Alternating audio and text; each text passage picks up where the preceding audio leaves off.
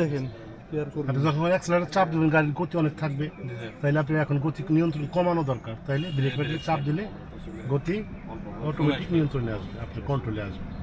আর এই বিষয়ে এই বাটনের চাপ দিয়ে আপনি মনে করেন যে পি লাগাইতে পারেন, আর লাগাইতে পারেন PRND2L, পি পার্কিং, আর এর ডিভাইস, এন এ নিউট্রাল, ডিতে ড্রাইভ, টুতে অতিরিক্ত শক্তির প্রয়োজন হলে পরে আপনি এই 2L এগুলো ব্যবহার করতে পারেন।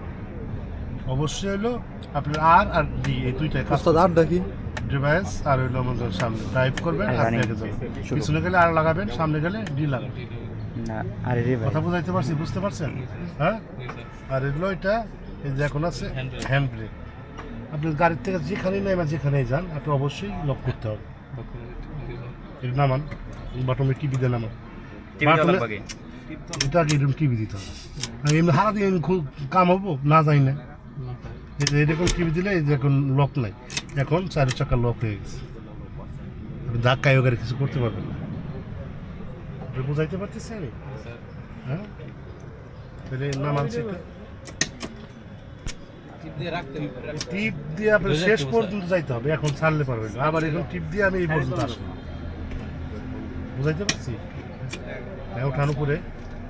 হ্যাঁ ঠিক আছে, থ্যাংক ইউ। এই পর্যন্ত যান, দাঁড়ান, আমার সাথে সিটে সই না করে যায় না কিন্তু। ঠিক আছে, 26